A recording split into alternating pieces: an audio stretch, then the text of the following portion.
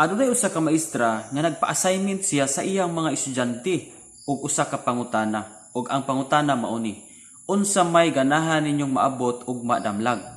Tuod man ang mga estudyante, mi-answer sila. Pagkahuman nilag answer, gidala sa maestra ang mga papel ngadto sa iyang panimalay. Ug samtang nag-check siya sa iyang kwarto sa maong mga papel, takulahaw lang nga mitulo ang iyang luha ug bidagoy-ngoy siya pag-ayo sa paghilak.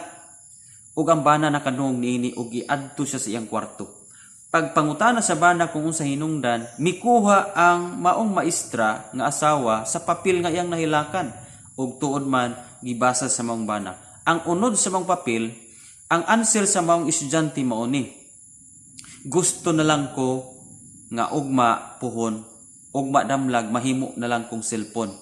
Kay ngano, ang akong papa sa dihang muuli siya gikas trabaho, bisag kapoy kayo siya, may panahon siya sa cellphone. Samantalang ako, wala na siya panahon nako. Gusto na lang yung ko nga mahimo nga cellphone para makahatag silag panahon nako. Ang ako ang mama sa dihang mutingog ang cellphone, dali kayong makadagan sa cellphone ug makatubag. Pero samantalang ako nga musampit nila, ilar akong pahilumon ug ilar akong banlungon. Muna nga gusto ko nga mahimo na lang yun ko nga cellphone para hatagan ko nila og panahon. Tungod niya na natandog pud ang mga bana samtang nagbasa sa tubag sa mga estudyante. Og samot gyud nga nihilak ang asawa nga maestra tungod kay ang pangalan sa mao nga papel sa mga estudyante ila day kadtong bugtong anak. So, kining iyang bugtong anak nahimo usab nga estudyante sa mga maestra diha sa iyang room. So usas ni tubag nga gusto na lang siyang mahimong cellphone kay di ay ang iyang papa ug iyang mama nga maestra na busy na day sila sa ilang trabaho, unya pag uli sa panimalay puro na lang cellphone ug wala day sila'y panahon sa iyang anak. So di nila takutog isuon sa mga istorya. Ang lesson nga itong makuha nini nga dili gyud ay maayo nga magbaton ta og pagka-busy nga wala na tay panahon sa ato ang mga anak. Kay ang ato daing mga anak nanginahanglan day sila sa ato ang panahon. No? So, karong panahon na more on gadget na. And mostly sa mga katawhan karon, mga tao karon, mga ginikanan is na busy sa mga buluhaton, sa pagpang-income, unya pag-abot sa mga panimalay, na busy na pud diha sa pang-cellphone. Ang nahitabo is wala na kay sila'y panahon sa pamilya, wala na kay sila'y panahon banding sa pamilya. Igsuon ko diha sa Ginoo kung kita mga Kristohanon, dili gini maayo nga mahitabo sa atong matag pamilya. Kay ngano ang hinungdan ang resulta niini kung mahitabo ni sa atong matag pamilya, ang resulta inis magbaton og pagrebuilde ang atong mga anak. Moabot ang panahon nga matingala ka nga dili na buhila nato ang atong mga anak. Moabot ang panahon nga dili na kailhon sa imong anak, dili na katuon sa imong anak. Ngano?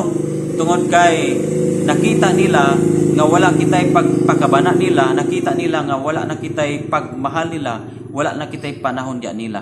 Daghan kayo mga pamilya karon nga na broken family nga ang ilang mga anak nahimo ng drug addict, nahimo ng borongbado, nahimo ng dili patuo sa ginikanan, nahimo ng libod suroy bisan asa na lang o niapil sa mga binuang tungod kay nabati nila sa ilang kaugalingon nga kulang sila og pagmahal ug kulang silang panahon sa ilang ginikanan nga na kanila. Busa gisudlan nila ang tanan aron nga ilag pakit-on ang ilang ginikanan kung unsa ang nabati nilang kasakit sulod sa ilang kasing-kasing. Igsoon mao gini ang realidad karon sa atong panahon sa atong palibot.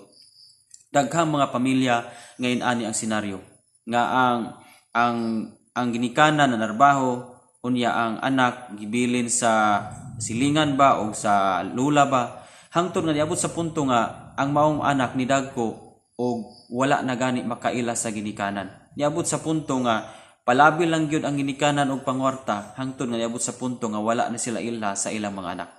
Igsoon sakit kay pamalandongon nga imong anak dili nakailhon. Iyon ang Biblia sa Psalms 127 verse 3, ang mga anak mga gasa sa Dios og sila ang tinuod nga mga panalangin. Ang ato dayng mga anak igsuon, mga gasa kini nga niabot sa kinabuhi. og sila ang gisigutan diya sa Biblia nga sila ang tinuod nga panalangin. So sila di ay ang atong tagaan og dakong panahon. Ang atong trabaho panalangin po na siya. Ang paningkamot nato panalangin na.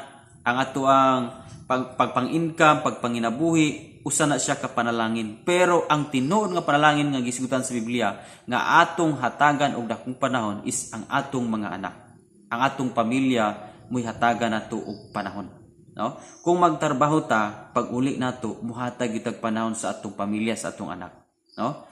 Ibanding nato, ilabing-labing nato, ug ato silang lipayon. Kaya atong mga anak, nanginahanglan day sila sa atong pagmahal, sa atong panahon, nanginahanglan day sila sa kalipay, nga ato silang ibanding-banding, ato silang kanabang idula-dula, muna inay ganahan sa mga anak. Ug kanang atong mga anak di ay, dili mabayluan ang ilang kalipay sa mga dulaan, o sa bisan unsa nga mga butang atong ihatag nila kaysa kalipay nga matagamtaman nila samtang kita kauban diyan nila. Igsoon ang atong mga anak di nato tamnan og pagrebilde pinaagi sa paghatag natong panahon sa ubang mga butang nga mawala ang atong panahon ngadto kanila. Kay moabot ang panahon nga kini sila makabatyag sila nga magrebilde sila.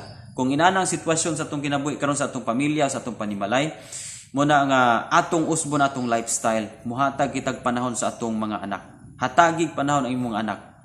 Kay ngano, moabot ang panahon nga matigulang ta. Kung paabuton pa ta sa Ginoo sa pagkatigulangon, ang atong anak karon nga atong gitagaag panahon, maupod unya na ang muhatag natug panahon mag-akatar sa atua. Kung unsa itong gipugas nila karon, moabot ang panahon nga ato ra punang anihon. Kung nagpugas kita karon ug walay panahon ngadto kanila, mo'y ako og muanita nga moabot ang panahon nga di puno niya sila mutagad sa tua kung matigulang na unya ta. Sakit kayo ng pamalandungon sa usak ginikanan nga wala nay moakatar niya tungod kay sa gamay pa sila wala man pod mo pakita og pagmahal pag-akatar ang maong ginikanan. So mao ni ang dakong lesson nga tong makuha nining maong istorya karon nga matud pa sa maong istorya ang usa ka anak magpakahimo na lang siyang cellphone puhon-puhon aron nga muhatag di ay niyag panahon ang iyang papa nga nasa trabaho o iyang mama nga maestra pagyud niya.